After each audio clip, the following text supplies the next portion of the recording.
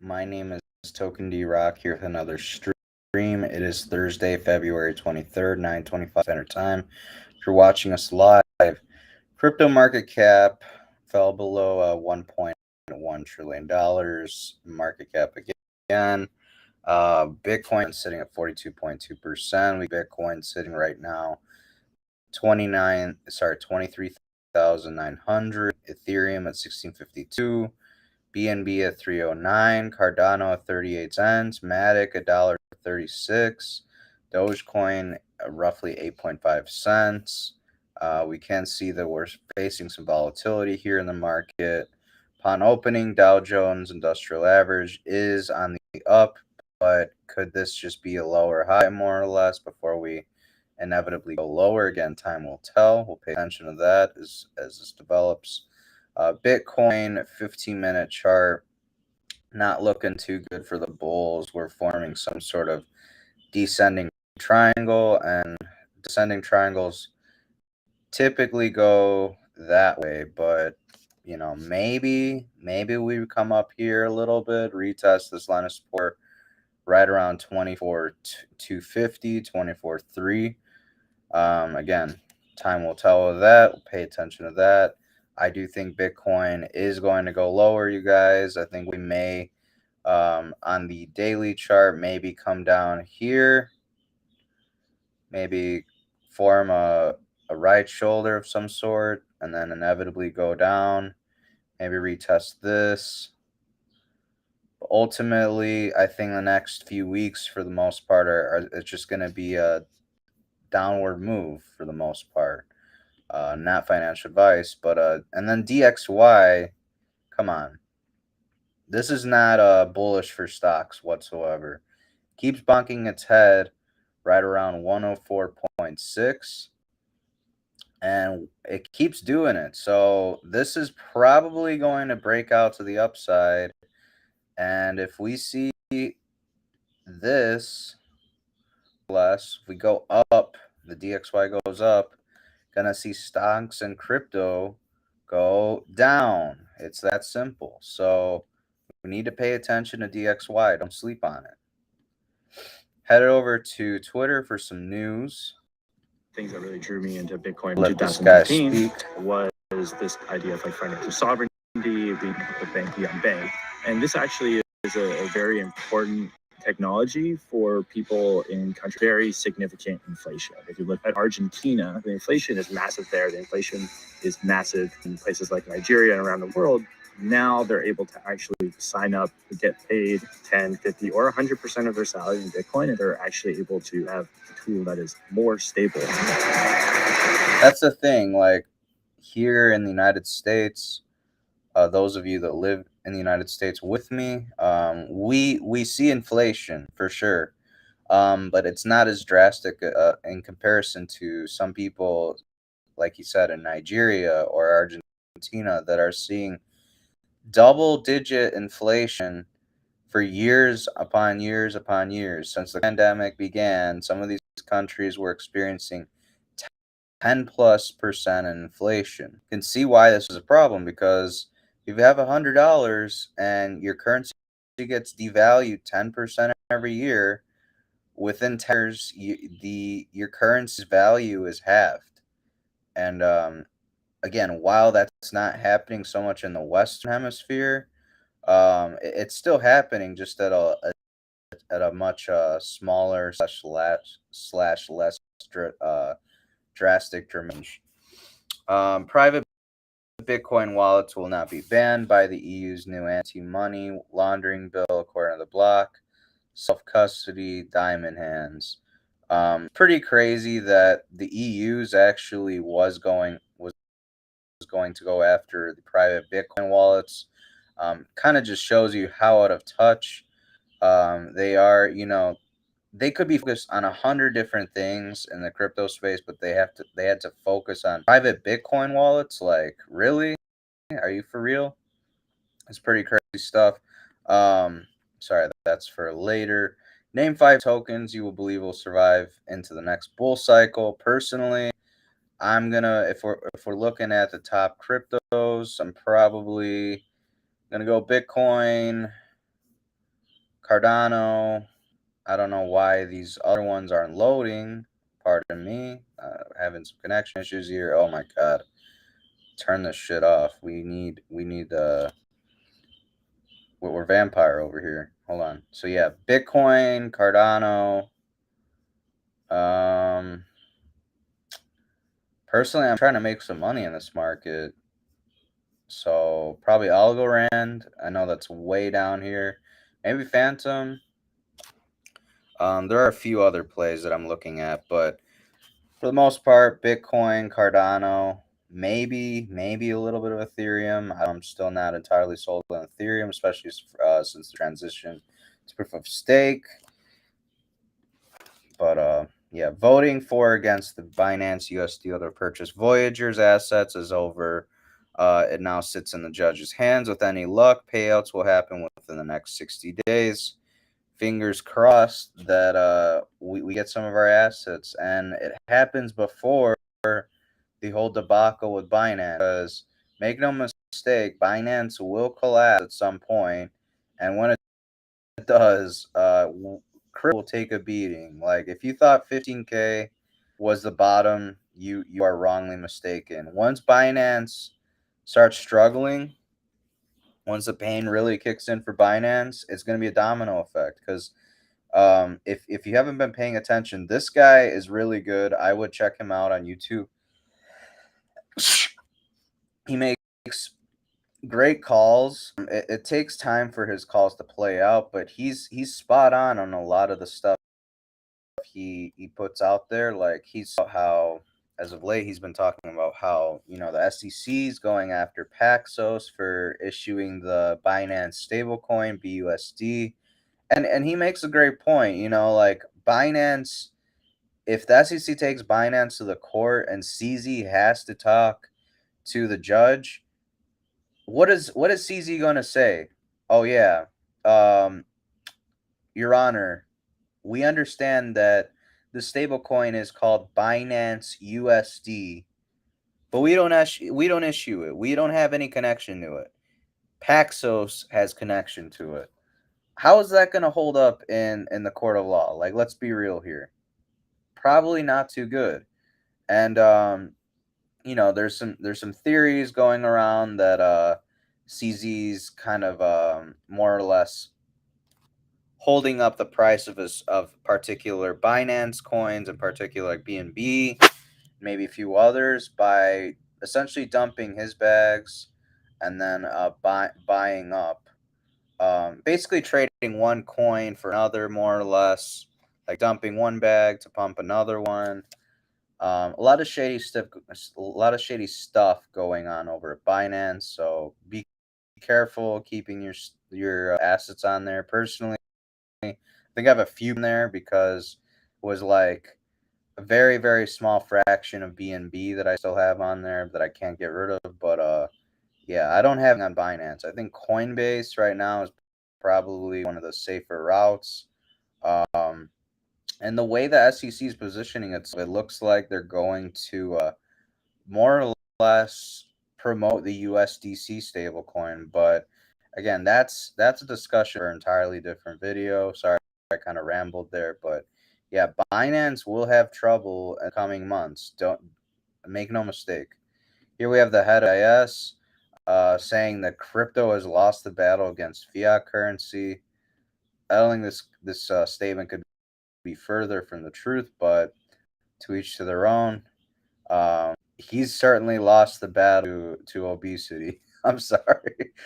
Um, in other news, major response is underway after compound of uranium is on fire at the Y12 National Security Complex. Currently, major response underway as multiple MC crews are responding to uranium fire at the Y12 National Security Complex in Oak Ridge, Tennessee. The Y12 complex has confirmed that the material involved in the fire was a compound of uranium. Officials say the public is not in any danger.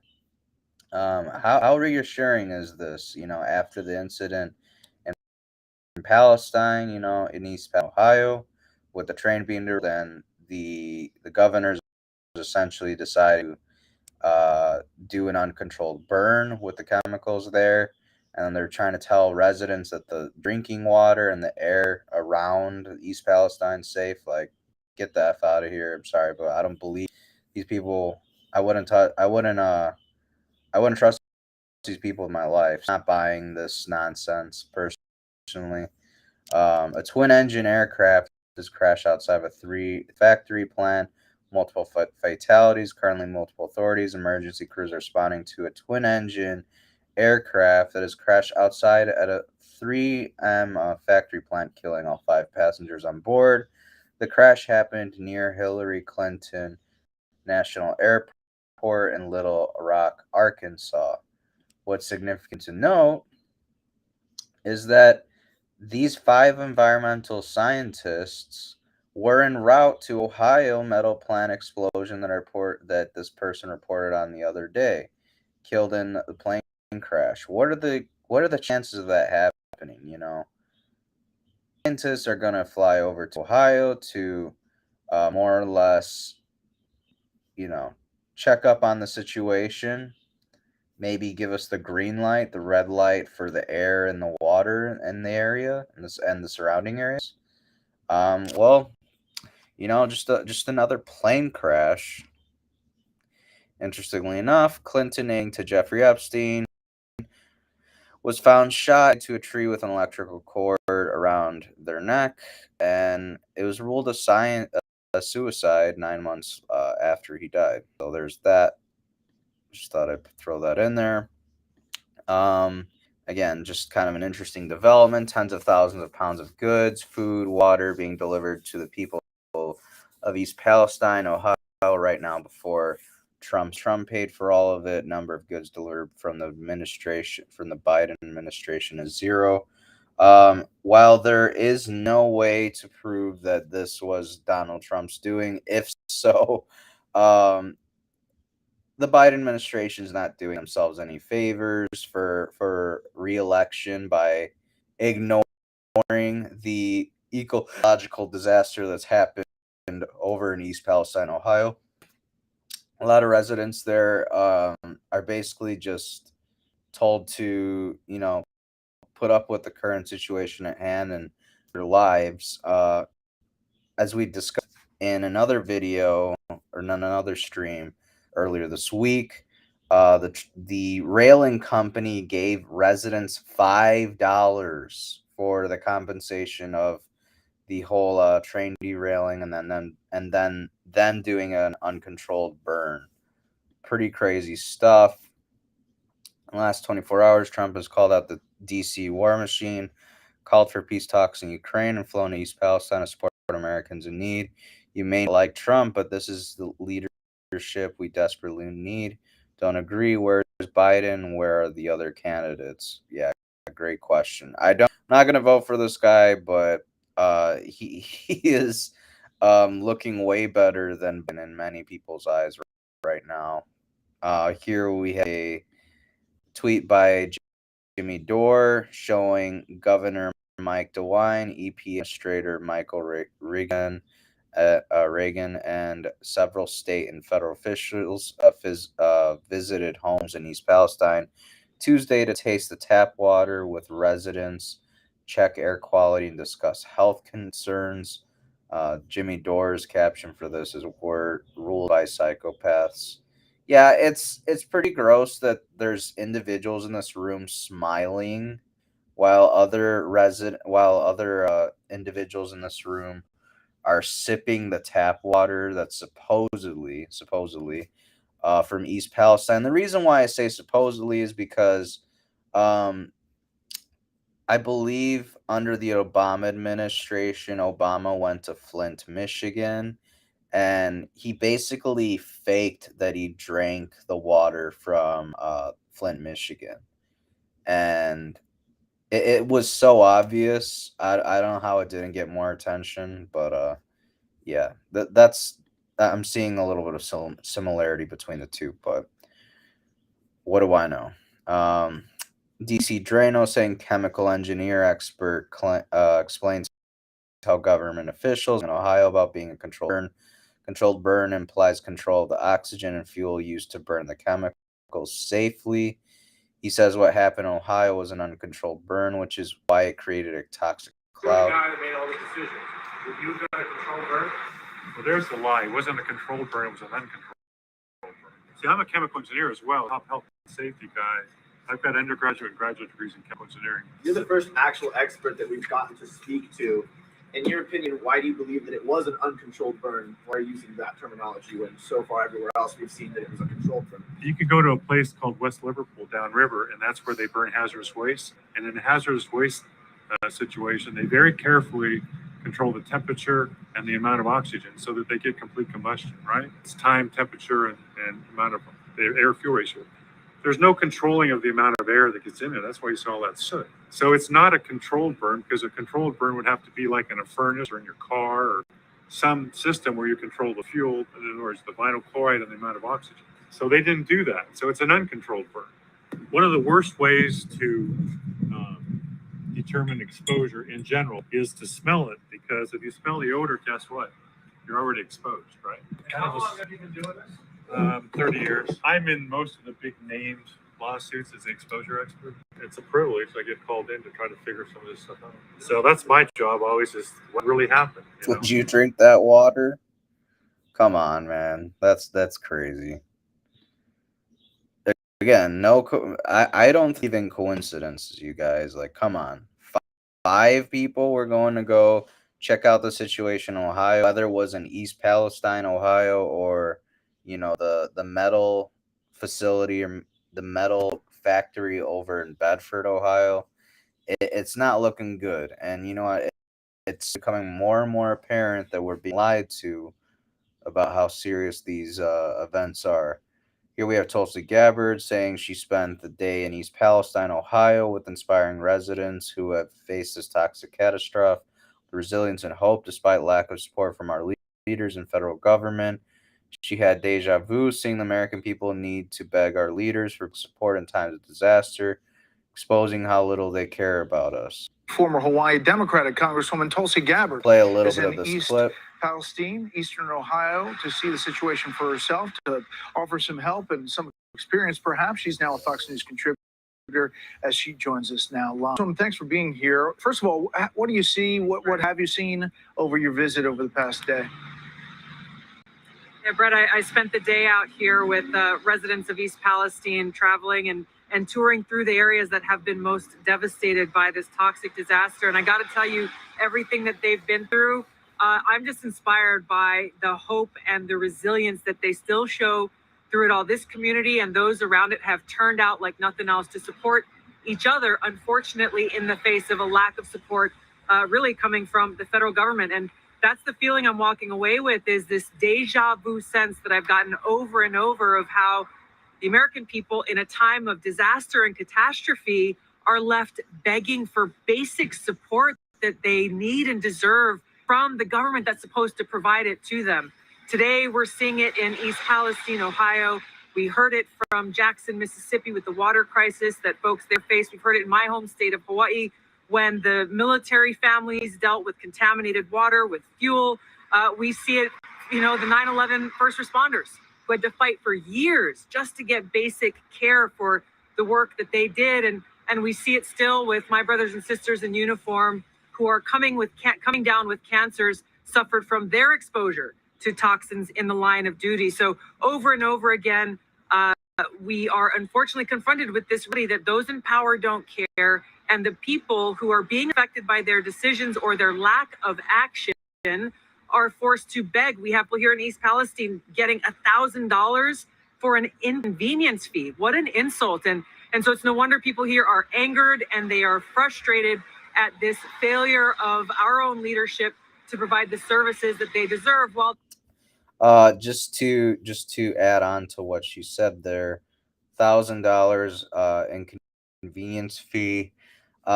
Essentially, to my understanding, she may be talking about that gentleman that we talked about the other day, who went directly to East Palestine, giving residents $1,000, because the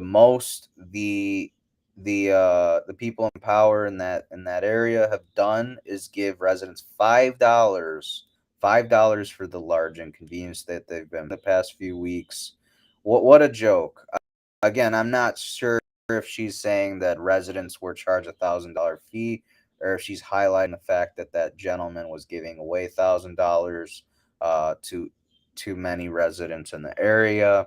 Not exactly quite sure, but it is important to note that these people in power, they don't give an F about you or me, and they've displayed that time and time again. So we need to take care of one another, help out one another in ways the federal government cannot and will not do. Here we have, we totally got our priorities straightened over here in the United States. We have Secretary of Treasury Janet Yellen talking about the United States readies an additional $10 billion in economic assistance for Ukraine. Meanwhile, people in East Palestine, meanwhile, people in Bedford, Ohio, meanwhile, people in Houston, Texas have to deal with train derailments and processing plants, manufacturing plants just going up in blaze. What a joke. This country is something else, I swear. U.S. planning to more than quadruple the number of troops stationed in Taiwan coming months. This personally does affect me. I do have a younger sibling in the armed forces. They don't believe they will ever be called to protect Taiwan or be stationed to Taiwan, but I try to remind them time and time again that our government and those in power do not care, and they will do whatever is beneficial to them financially speaking, and that in this case will be to protect Taiwan, because China does want Taiwan to become one again with mainland China. It's no coincidence that there's a lot of chip factories in Taiwan, and as a result, that is why U.S. lawmakers are looking to move some of the factories over here to the United States and or construct new factories here to make up for the difference in a chip shortage if one were to ever exist. Obviously, this will take probably another year or two to sort out with the chip manufacturing processing plants here in the United States to get them up and running, but it's a development on the least, and this development concerned me a bit. Here we have Jeffrey Sachs at the United Nations Security Council on Nord Stream. Sabotage. Sweden has perhaps the most to tell to the world about the Nord Stream crime scene, which its divers engage, yet instead of sharing this information globally, Sweden has kept the results of its investigation secret. And I wonder why they're doing that. Oh yeah, it's probably because a lot of the facts point to the United States having something to do with the Nord Stream line going boom. WTF, POTUS. What's it called? The Russian state TV says US has declared war after Crimea comments. Basically, to my understanding, Joe Biden drew a big line in the sand for Putin not to cross in regards to Crimea. And I'm not exactly sure how everything played out over there, but interesting to see that the war drums continue to boom in these politicians' ears. Here we have Elon Musk saying nobody's pushing the war more than Newland. And it's important to note that a lot of these people are like, like this person's kind of saying, I really wish I weren't living through a major historical event right now. Meanwhile, a lot of these people are pressuring Mr. Musk to do something about the war in Ukraine, i.e., basically give Ukrainians a total advantage when it comes to the Starlink satellites and such. And he wants nothing to do with it. He realized that these people will just actions will just escalate the war further than it need go, or further than already has gone, and it may cause World War III. And that's why he wants to largely stay out of the combat or engagement. And the reality is, you guys, naturally, the common people don't want war, neither in Russia, nor in England, nor in America, nor for that matter in Germany. That is understood. But after all, it's the leaders of the country who determine the policy, and it is always a simple matter to drag the people along. There's democracy or fascist dictatorship, or a parliament, or a communist dictatorship. Oh, that is all well and good, but voice or no voice, the people can always be brought to the biting of their leaders. That is easy. All you have to do is tell them that they are being attacked and denounce the pacifists for lack of patriotism and exposing the country to danger. Works the same way in any country. Yeah, truly disgusting stuff. We need to be wary of that. And interestingly enough, as we discussed the other day, new Speaker of the House Kevin McCarthy's leaking a lot of footage when it comes to January 6th. Seems odd for police to remove the barricades. It's almost like they're inviting them in. So different than the narrative that's been painted. No wonder why the Democrats sat on all this video footage for 2 years. Their BS is about to be exposed. What's crazy is a lot of people on the left in particular like to have this fantasized wet dream that Republicans, Trump orders largely, stormed the Capitol building. And, it's not like federal agents literally removed barricades, made it easier for the protesters to get in. They're not talking about that because that counters their narrative that, Trump supporters are just these vile, anti-patriots, blah blah blah. Again, this is the division they want to sow. That's why they don't want the footage to show that, police were actually helping protesters into the building. Wait, what's this new body cam footage from January 6th with MPD discussing how they set us up? Let them take the Capitol. This is why I don't want more January 6th footage released. And then they asked us 2 hours later. Was it the They same set us people up. who set up the They rally didn't have us attendees? Nah, right away. They set us the fuck up. Nah, we ain't got shit. We ain't got no motherfucking Is this why so much January 6th footage has been hidden for so long? Great question.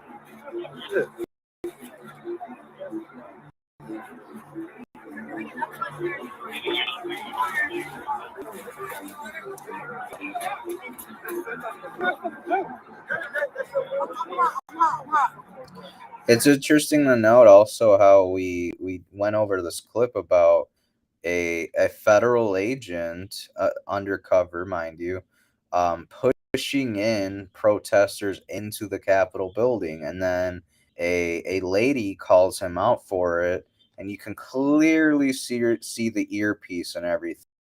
So, to think that there weren't federal agents involved in the issue, provoking Trump supporters, provoking people at this protest is a little mental, if you ask me. There's clear footage of them doing it. They removed barricades. They let many of the protesters in. That's not to say some supporters didn't break in physically. I'm sure there's plenty of footage of that, but they're not showing the footage that I just showed you. So there's that. We went over this yesterday, how World Health Organization is more or less going to take over the national sovereignty that we have here in the United States, and in the face of a crisis like a pandemic again. Interestingly enough, only 17 U.S. senators have introduced the No WHO Pandemic Preparedness Treaty without Senate approval act. They threw about a week ago, and they want to basically make it so the pandemic accord must be deemed a treaty, thus requiring the consent of a supermajority of the Senate, which is 2/3. Interesting to note that many people on the left in particular are okay with the World Health Organization having total control of basically how the whole world functions regarding future responses to them. Personally, this is very, very concerning. I think we need to preserve our national sovereignty when it comes to the ways in which we prepare and respond to a pandemic. But that's just my opinion. Let me know what you guys think down below.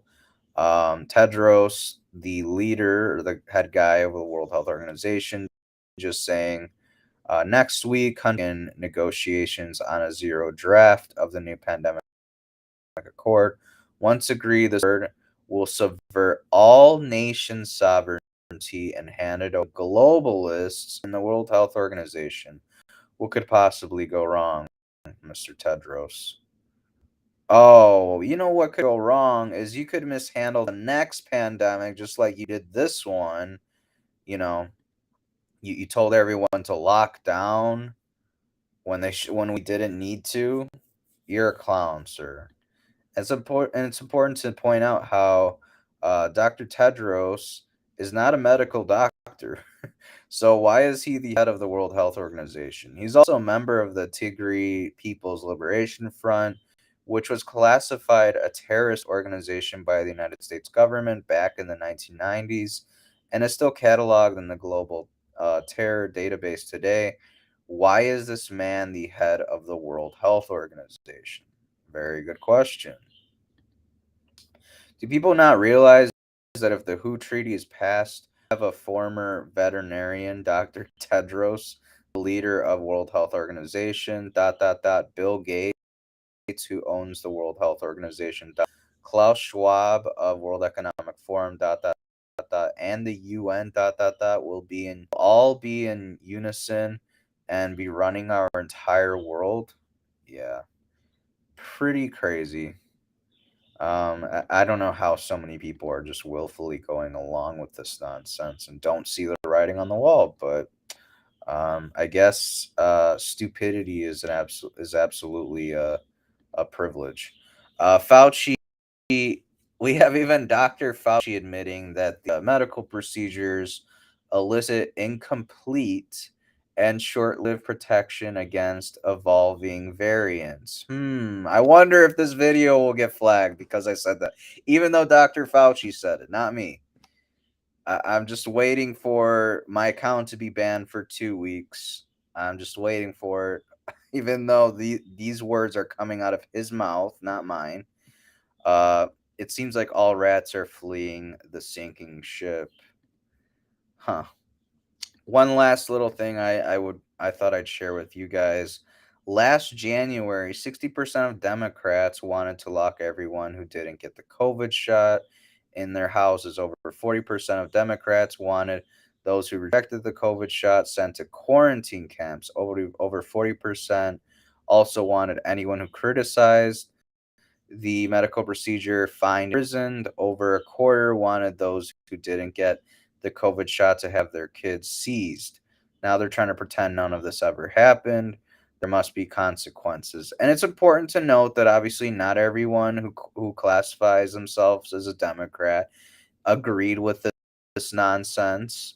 But it is rather frightening that so many people fell in line. You know, this is the party where people champion how progressive they are. This is anti-progressive, if you ask me. You sound more close-minded, more xenophobic, more all of this stuff that you claim the Republicans are by your actions pertaining to whether people take the medical procedure or not, whether people should be locked up at home if they don't take the medical procedure, sending them to quarantine camps. I'm sorry, that's not progressive. You sound like Nazis. You sound like communists. You don't sound progressive by adopting this philosophy. Just FYI, Democrats. Again, not saying all of you believe this nonsense. I guarantee you this is actually probably a minority, hopefully a small minority that believes this nonsense. But this is rather frightening. Again, they like to label Republicans as being, not blah, blah, blah, but they're okay with sending people to quarantine camps for not taking a medical procedure. Like, hello, that's Nazi 101. That's communism 101, but whatever. I thought I'd share all that information with you guys. Please let me know what you guys think of it down. If you guys found today's video entertaining, informative, educate in any way, shape, or form, please drop me a like and subscribe. Please share the video with your friends and family members. I will see you guys all tomorrow, 9:15, 9:30 a.m. Central Standard Time. Until then, please